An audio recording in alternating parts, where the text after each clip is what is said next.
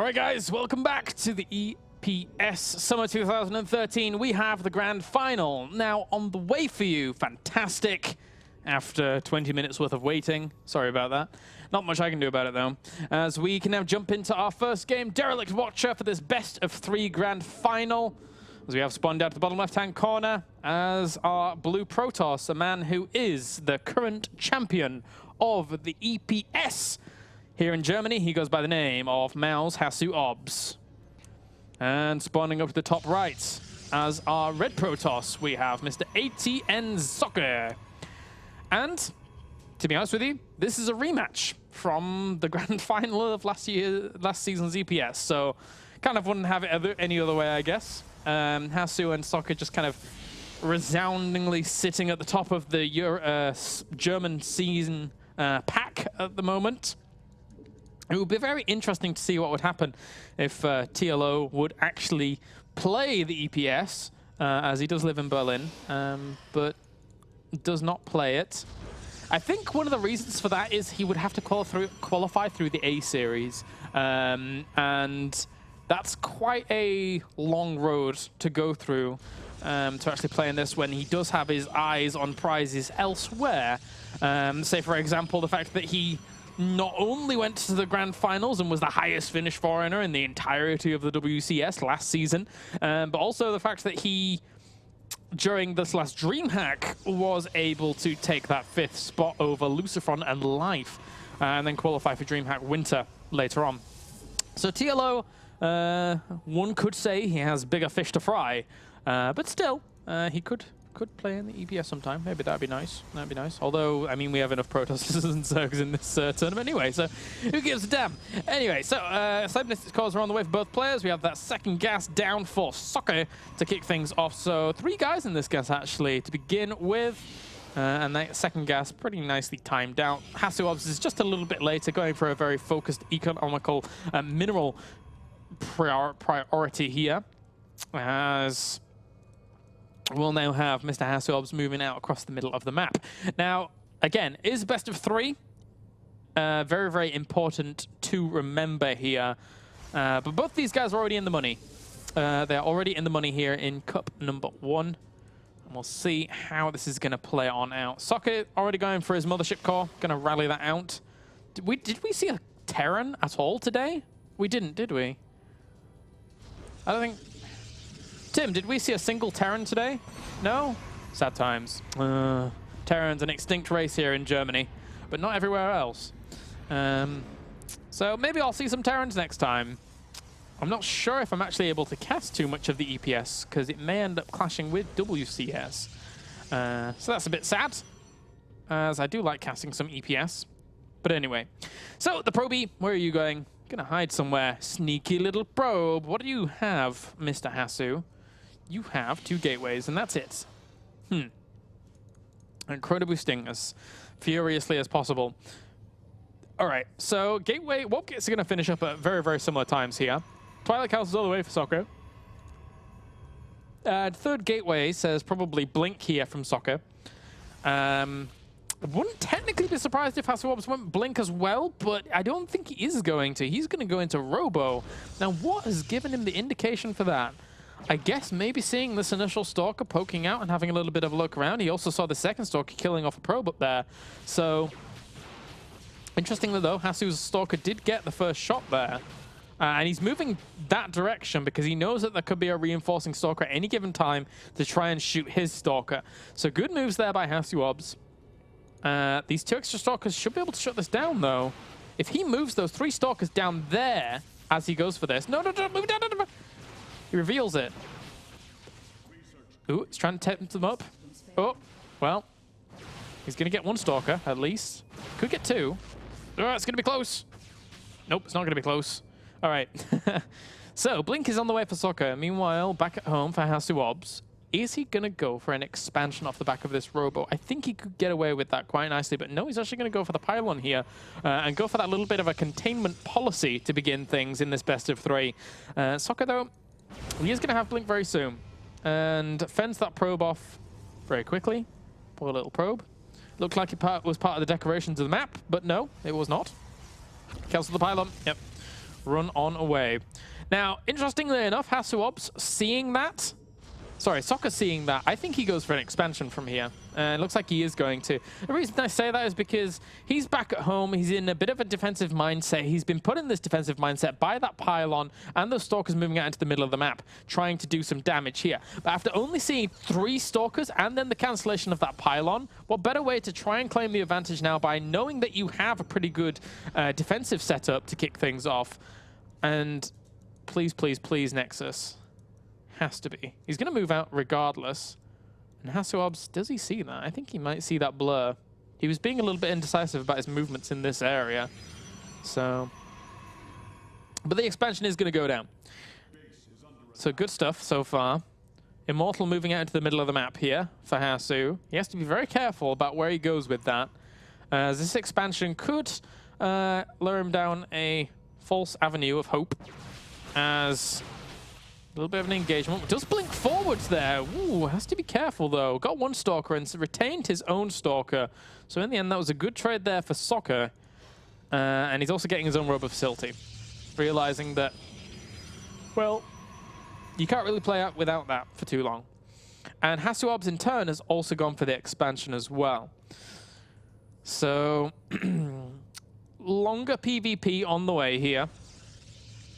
As we'll see what either player wants to do. It really depends. If we now see one of these players throw down a forge, or even both of them throw down a forge, then we do know that that is far more for the economical and more macro-intensive build. And there we go. There's the forge on the way, as we'll be able to get that going as quickly as you would like to.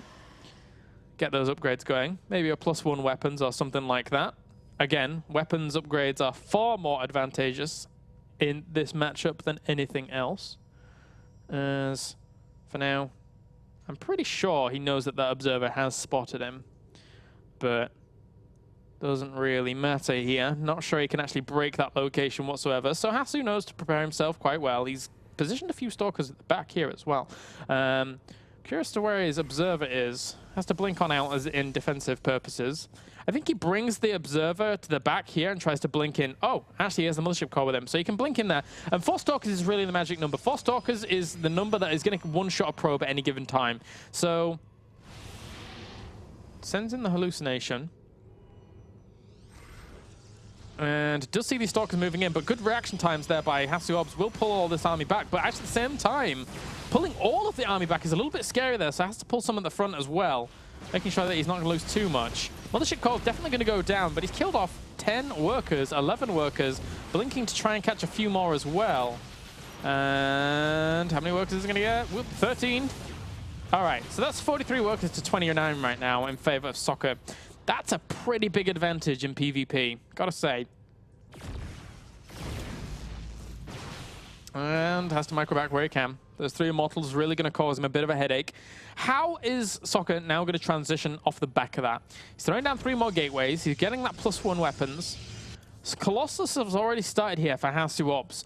And that has all been spotted here by Socke. Socke, I think, once again, with his Colossus on the way, he has to play a little bit more defensively here and retain the advantage that he just gained himself.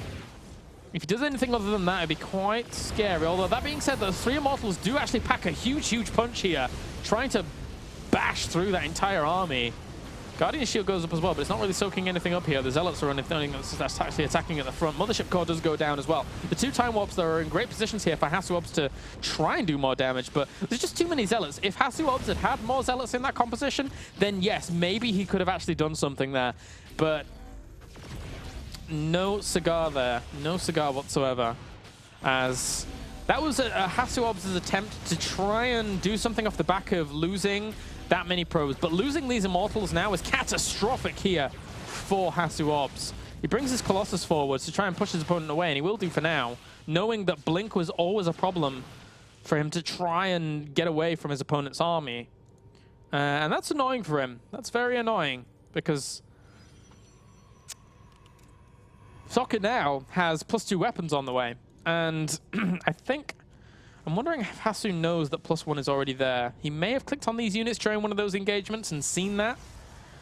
It did finish up during the middling portion of those engagements. So he may have not fully been aware of that.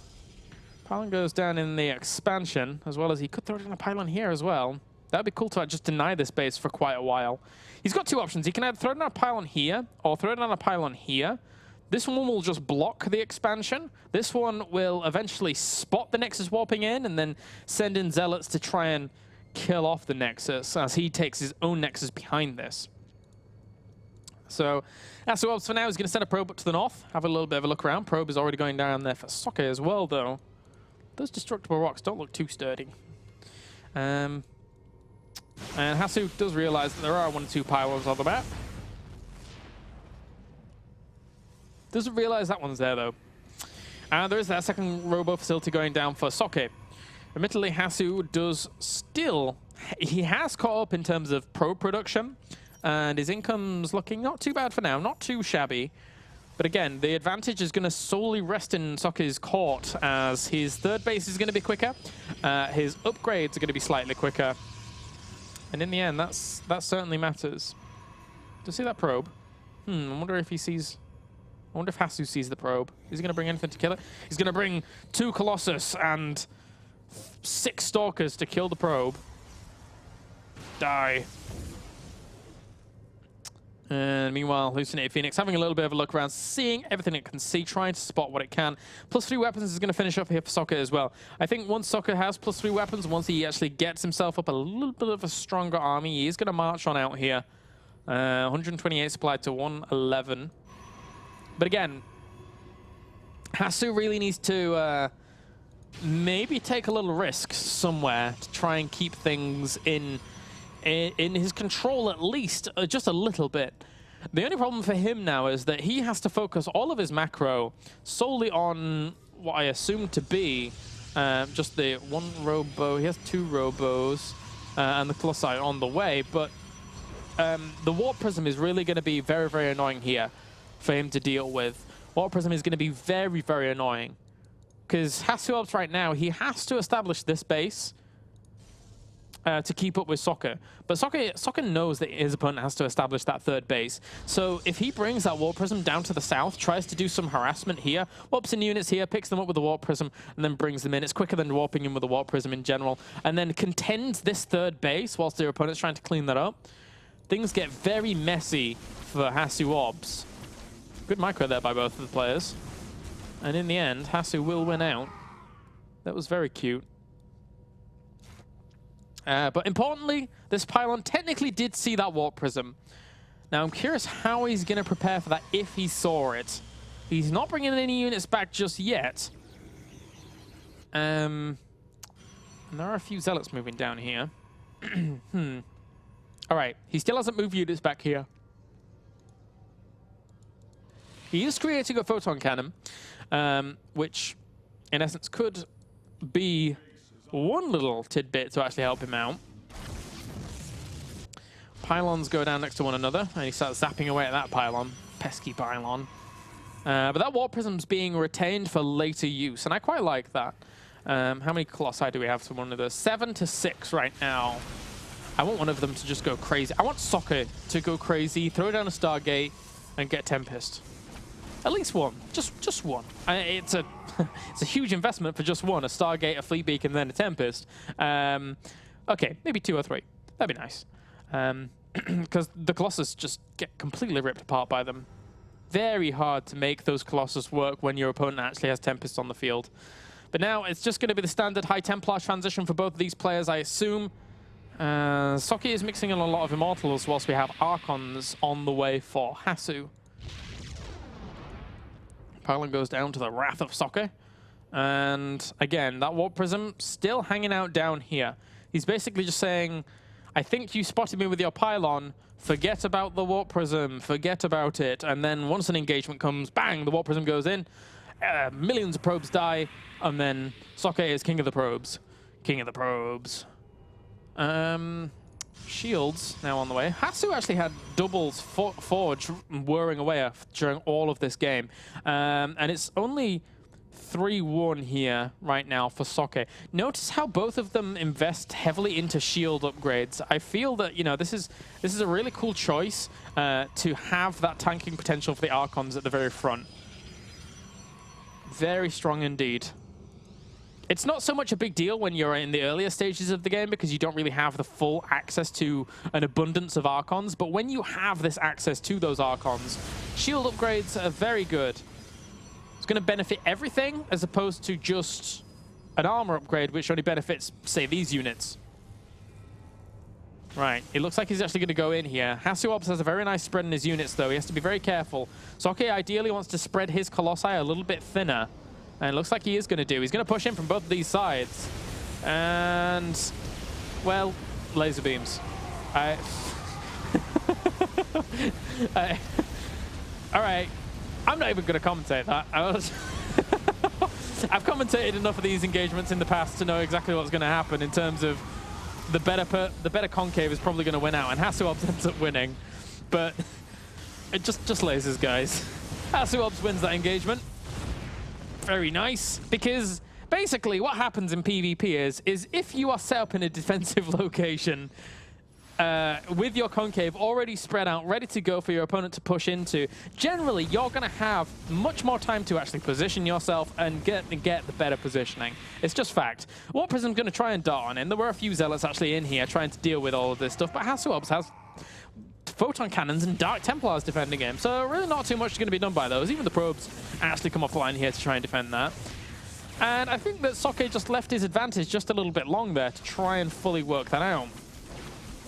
And now, laser beams win the day.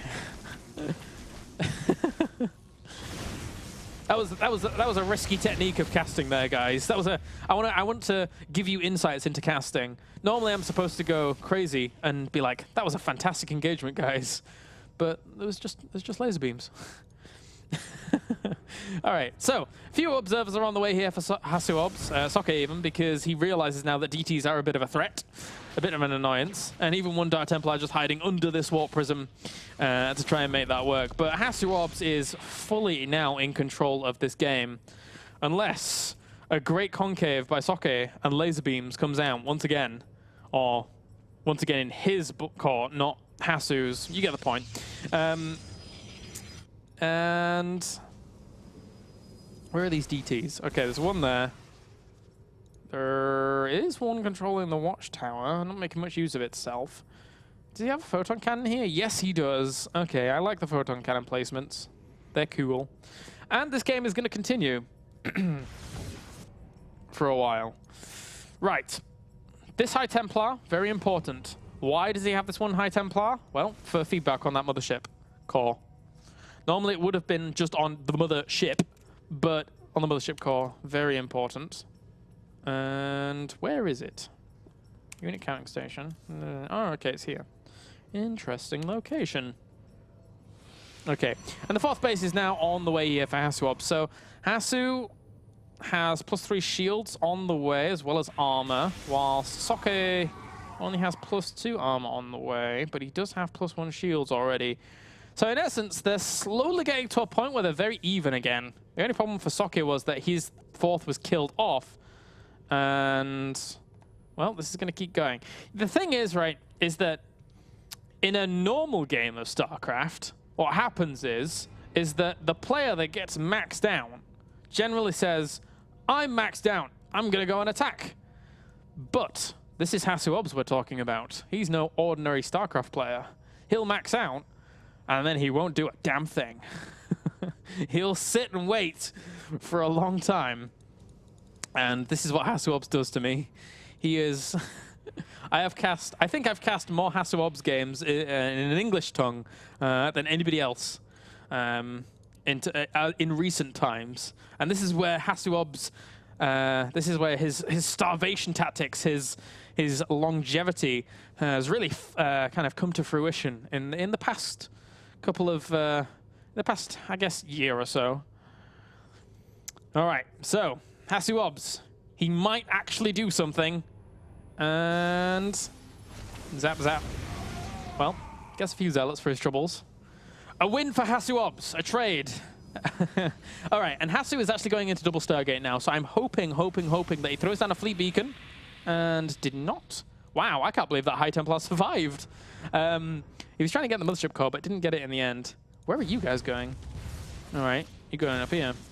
And we even have a DT as well as a few units warping in here to try and kill off some stuff. Doing a good job, DT, a very strong unit. And he's actually just going to go for the full-on engagement up to the 4th base as well here. Starvation Tactics, Nexus goes down. Socke, a sad panda. And now falls on back. All right, he's going for a 3rd Stargate. No. No! It's me! It's us! Panic, Tim! Panic! Panic! Ah! Ah! Is it really us? Are we disconnected? Really? Balls to the balls.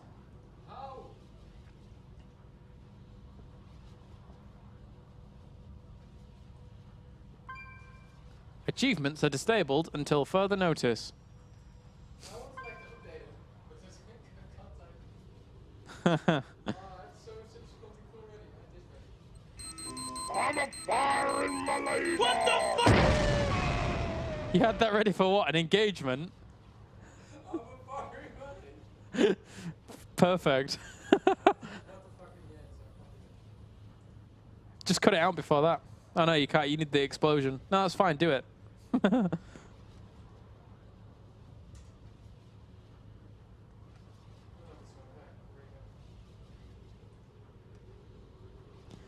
Are you ready? No. Oh! You were dropped. What? I saw them chat and then it just dropped. Oh, fuckers. Are you ready? No. Do you know? I'm alive? I'm live. God damn it! Alright, so apparently our internet decided to die. And we don't know what's going on in that game.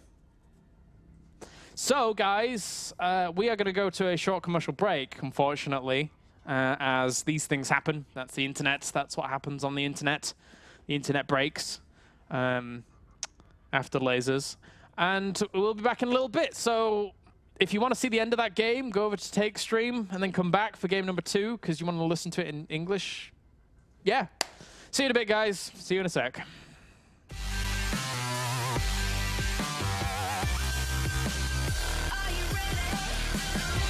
Are you ready? Are you ready? Are you ready? I guess I'm ready. For game number 2 here for the grand final. Apparently, I'm told that HasuObs won that game. I can only imagine in some lasery fashion with techno and dancing and spinny balls. Anyway, let's get into game number 2 once again as we have, spawning up to the top left, the winner of our previous game, apparently. He is Mr. Mao's HasuObs. And spawning down to the bottom right-hand corner. That got a bit deeper. I didn't even intentionally do that. He is ATN Socke. I should do boxing ring announcements one day. It'd be fantastic. So good. All right, so Mr. Socke, throwing down a pylon. We have another pylon here for HasuObs. An amazing opener thus far. Amazing. You just like clicking shit. Anyway, whatever. So, next. Let's see what these guys are going to do. So, yeah, if anybody saw the end of that game, you can update me in chat as to what actually happened. But I assume HasuObs just kind of won. He was constricting his opponent from that 4th base very nicely. He was going for several harassment routes. So for the establishment of the advantage that Socke had early on, it really seems like he was not able to follow through that. And HasuObs in PvP, you actually, I'm of the opinion right now, if you allow HasuObs into the later stages of PvP, it's very difficult to contest him. He sets himself up really nicely in a defensive posture, and then from that point on, breaking such a player is very difficult when you have exactly the same tools at your disposal. So, if Socke is to prevail here in game number 2, I would love to see some aggression. I would love to see some very, very, very strong aggression from him. We've already seen some. And there's no reason he couldn't do it again. Pretty sure I've seen some from him in WCS as well. Can't quite recall who against. But he had a PvP series that was pretty phenomenal. God, I can't remember who it was against, but his aggression is really, really good. So he's going to go for his 3 Stalker opening once again, as signified by these 2 gateways going down. Maybe as his HasuObs here, knowing that his opponent is so confident with such a play. And again, you have to remember that there's the misunderstanding that, you know, like, for example, teammates might practice with one another, but sometimes they don't. And that's true. You know, a lot of the time, teammates don't often practice with each other all the time, just because they're on the same team. But these guys being from opposite teams, Socke and HasuObs, I know 100% unequivocally for a fact that these guys practice with one another. And boot camp with one another as well. So they share their opinions on a lot of things regarding the game. And that's an important thing to take away when looking at these 2 players and how they play against one another. So Twilight Council's going down for Socke in the back. I'm under the impression it's going to be for Blink, and he could get aggressive with that Blink. It could still be for Dark Templars. But getting these 3 Stalkers out, well, he has 150, 150. What is he going to invest it into is my question. And it will be Blink, so the choices are always there. And HasuObs has gone for the expansion. Right, this is Socke's game to be the aggressor. This is his opportunity to punish his opponent for going for a greedy build. Greedy, greedy build. So we shall see if it's going to work out. Robot Facility's going down as well. HasuObs is almost certainly going to be the defender here. Going to try and crank out some Immortals where he can. There is a little bit of a downside for him here in the fact that he has only made sentries. And dealing with an opponent that has gone purely Stalker with sentries is difficult. Of course, it's going to be up to the sentries to wall off his ramp to begin with. But other than that, not much else. And this Hallucinated Phoenix is going to give Socke the telltale signs of his opponent opening up with more sentries. And thus, Socke can infer that, well, if you've hallucinated a Phoenix to go for scouting, I think you've made more than 1 sentry. And now he knows where a lot of his gas is. Why do I say he's made more than 1 sentry? Because if he hallucinates a Phoenix and he doesn't have any energy left on 1 sentry, he then leaves him, and he's only built 1 sentry. He then leaves himself open to attacks where he would normally need a force field to deal with that. Now, a pro player in PvP would not do that. They would have abundance of sentries out to have more force fields in place so that they could easily defend. And this looks like it's just going to be a solid defense here from HasuObs because he has an Immortal out. And interestingly enough, he's not allowing his opponent to... He's not allowing him to bait out a Photon Overcharge with that Nexus. So, whoa. Hello. Very interesting time warp there. That was quite a cool use. Oh, he picks off the Mothership Core. No Photon Overcharge for you. What a great play there by Socke. What a great use of time warp. Really making it hard for HasuObs to deliberate whether or not he was actually going to go for either the natural or the main. And there you go. I mean, Socke just wins from here. Unless some miracle happens for HasuObs, Socke just wins. And this is exactly what I was talking about at the start of the game. Socke's aggression in PvP is fantastic. And if he can make it work like this, then why go on to the later stages where HasuObs is so strong? Another Immortal ends up falling. The probes come off the line to try and deal with this. Second Mothership Core tries to get out here for HasuObs to deal with all of this. But the Stalkers have done the damage they need to. Yeah, they've done the damage they need to. He could warp in a few more and make this even easier. But unit count, 7 Stalkers. There you go. GG. Game 2 goes to Socke, tied up here 1-1. That means we're going to go into game number 3 here in just a second. Huge thanks for joining us here for the EPS Summer 2013 Cup number 1. My name's Kyle Aris. If you'd like to support me, please go check me out at Kyle Aris here on the overlay. It's there, guys. It's there. All right, so HasuObs invited me into game number 3. as we get things good and rolling for the final game of the night here. Whirlwind is our map. I was anticipating this would end a little bit quicker than a normal EPS Cup, but it's 11 p.m. So no differences there. EPS Cup. Swah! All right, so go, go, go. GL, GL, GL. The final match. Whirlwind is our map. And I predict it's going to go on for a long time. Yeah. I think it's going to be a 30-minute game. Unless HasuObs... No. Wait a minute. Socke's going to go for aggression again because it worked so well in that game. But HasuObs is going to play very defensively and maybe not go for the Nexus that quickly. So let's jump into game at number 3, as we do have spawning down to the bottom right as our blue Protoss. He goes by the name of Mouse HasuObs. And spawn down to the bottom left as our red Protoss. It is Mr. ATN Socke. I hope I'm pronouncing that a little bit correctly. It's better than saying Socke or Socke. Either one is apparently a complete disembowelment of the German language, but whatever. So, pylons and pylons, who would have expected that? But as you can see, neither player has traversed across the map to do anything weird or anything like that. Whirlwind is a map where every single spawning location is available to you. So you can't really go for something crazy like proxy gates unless you're going to place it in the very, very middle of the map next to the watchtower or just off from the side of the watchtower so it wouldn't get scouted if your opponent were to touch the watchtower. The point is it doesn't happen too much on this map. And HasuObs for now, I think we will see. But the thing is that Blink is not really good on this map to make something work for you. The reason that worked so well on Belshire Vestige is because Socke always had his mothership core with him. He could use that blink to blink straight on into the main if he had wanted to, but didn't need to. He saw the opportunity to time warp the ramp and then blink into the natural, which was actually such a fantastic decision. So fantastic. I can't accentuate that enough. So good by Socke. You wouldn't... It's very rare that you would see a move like that, but that was one of those very opportunistic strikes that you will see from a cerebral player such as Socke. And for now, just pylons in funny places.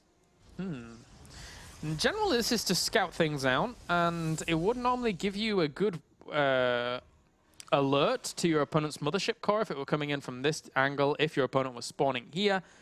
But alas, Socke is not. So, technically, he could hide some tech up there, which would be cool. Let's see what Socke wants to do. But yeah, Whirlwind, not a great map for the blink, as I was saying before. Because, yeah, you can get here and you can be like, yeah, I'm going to blink around this area. I'm going to blip.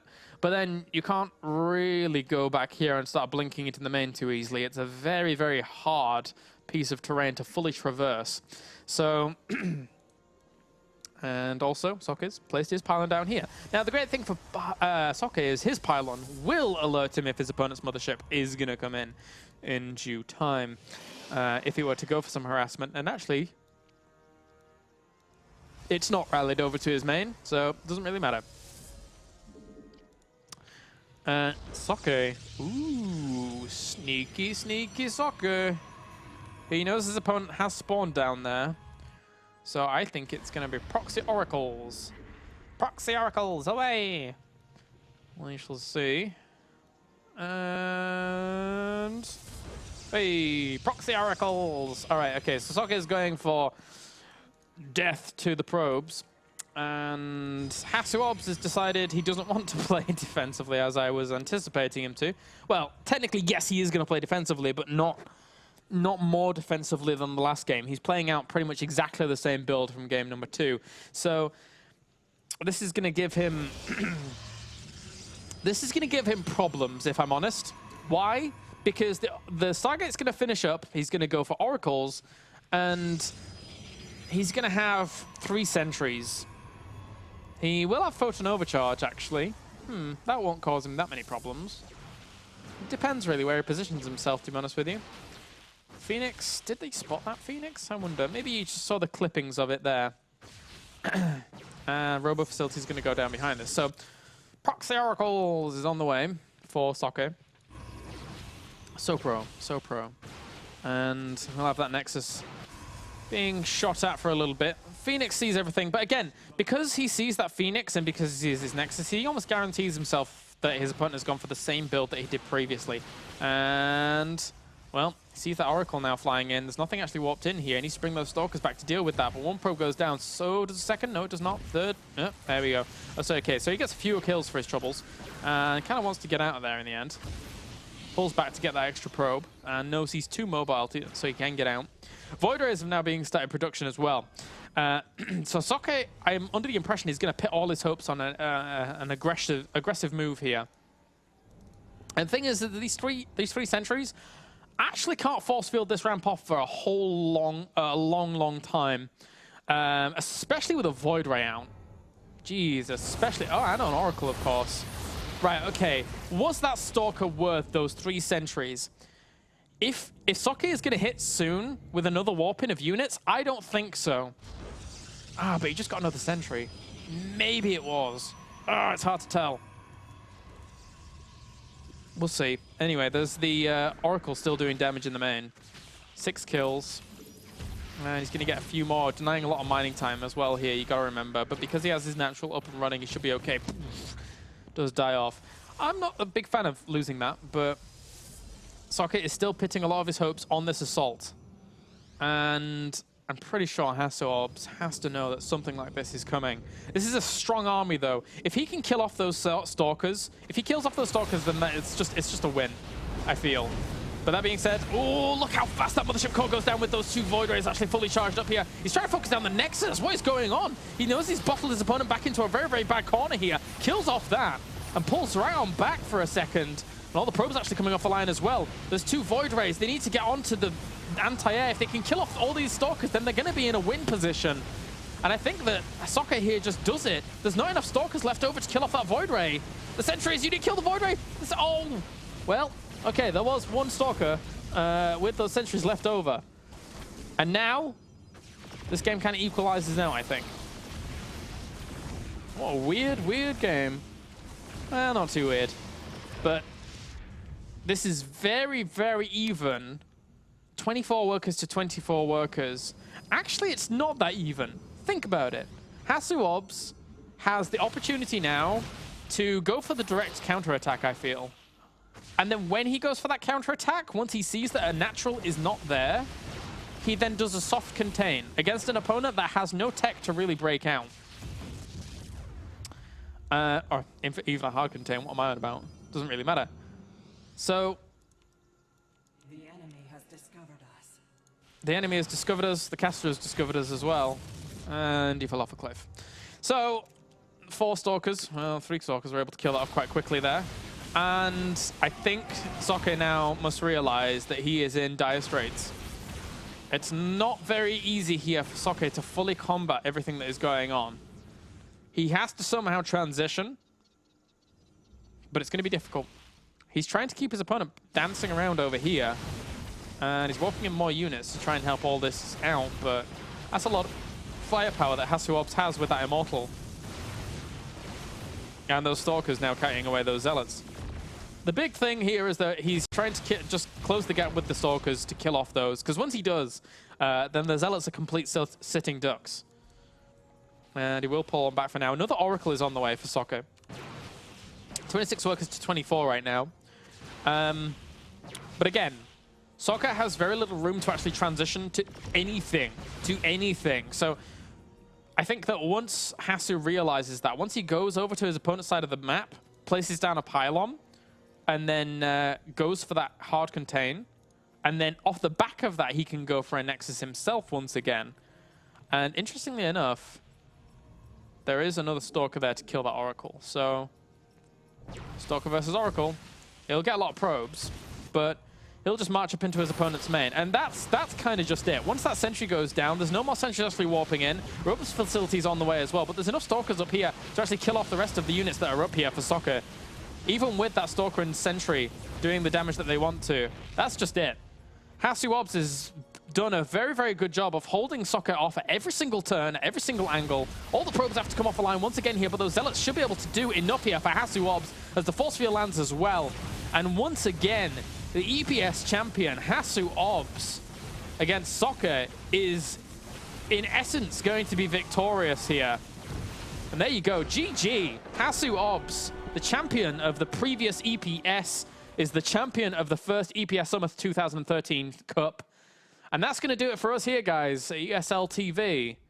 It's been a pleasure casting some EPS for you here for Summer 2013. So a big thank you to all our sponsors for the EPS. And a big thank you to you guys for tuning in for some German StarCraft action.